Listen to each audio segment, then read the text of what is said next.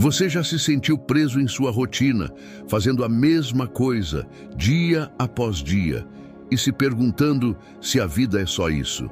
O som do despertador, o trabalho, as responsabilidades, e no final do dia, a sensação de redes vazias, de um esforço que parece não levar a lugar nenhum. A Bíblia nos conta a história de homens comuns, pescadores, que estavam vivendo exatamente essa vida. A vida deles cheirava a peixe e a suor. Mas um dia, um carpinteiro da Galileia caminhou pela praia, olhou nos olhos deles e, com uma simples frase, os convidou para a maior aventura de suas vidas. A história deles é o nosso convite. É a prova de que Deus não chama pessoas extraordinárias. Ele chama pessoas comuns e as transforma através de um propósito extraordinário.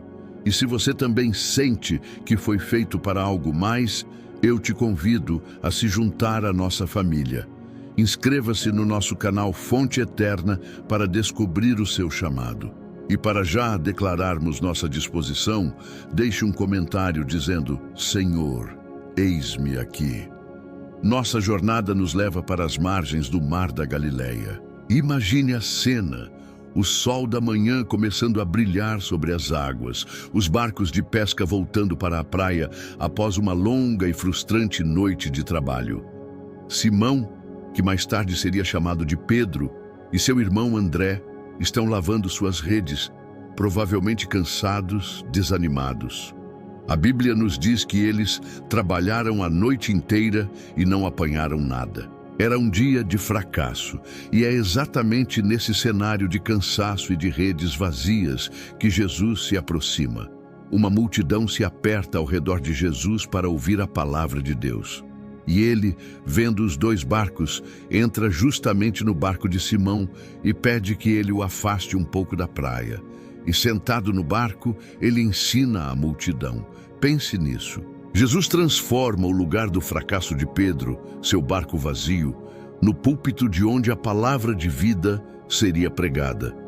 Deus nunca desperdiça os nossos lugares de fracasso. Ele os usa para a sua glória. Depois de terminar de ensinar, Jesus se vira para Pedro e lhe dá uma ordem que para um pescador experiente soava como loucura. Ele disse: "Faze-te ao mar alto e lançai as vossas redes para pescar." A lógica de Pedro deve ter gritado.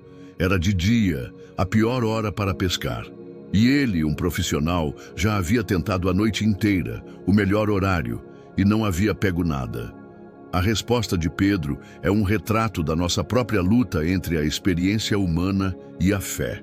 Ele diz: "Mestre, havendo trabalhado toda a noite, nada apanhamos, mas sobre a tua palavra lançarei a rede." Essa pequena frase, "mas sobre a tua palavra", é o ponto de virada.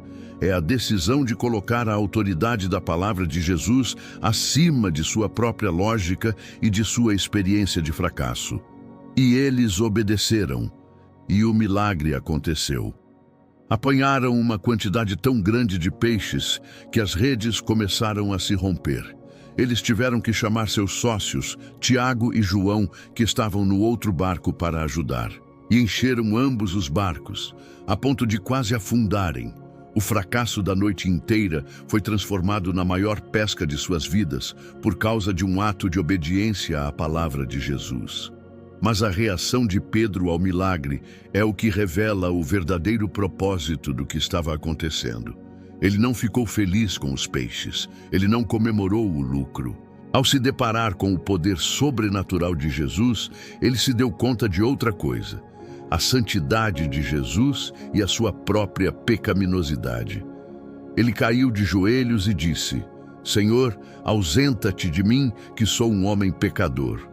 Um encontro verdadeiro com o poder de Deus não nos enche de orgulho, ele nos enche de um temor reverente e da consciência de nossa necessidade de um Salvador. E a resposta de Jesus para Pedro é cheia de graça e de propósito.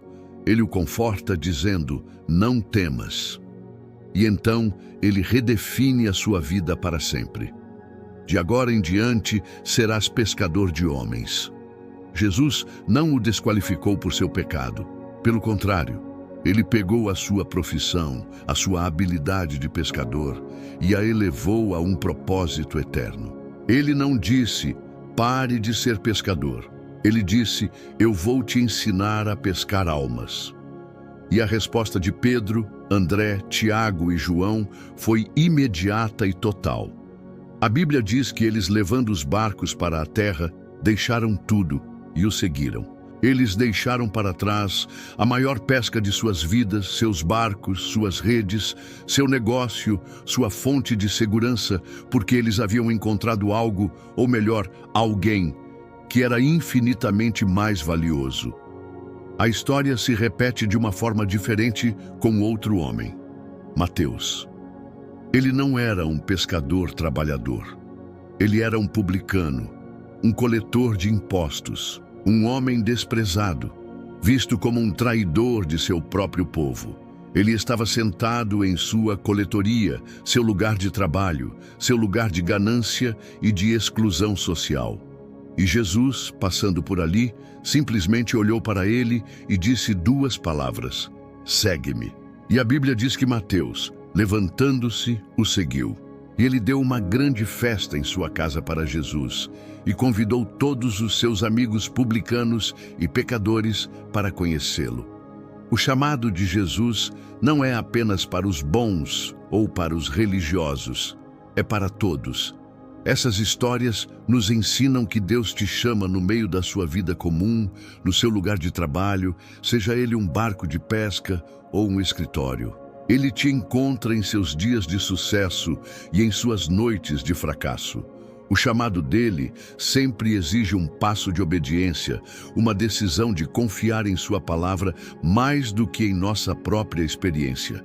E, acima de tudo, o chamado de Jesus não é apenas para acreditarmos nele, mas para deixarmos nossas redes para trás e nos tornarmos seus seguidores, encontrando em um relacionamento com ele um propósito muito maior do que qualquer sucesso que este mundo possa oferecer.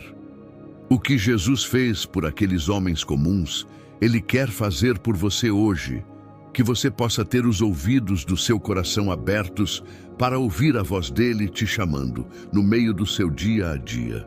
E que, ao ouvir o seu segue-me, você tenha a coragem de deixar para trás o que for preciso para embarcar na jornada mais extraordinária que existe, a jornada de seguir o Rei.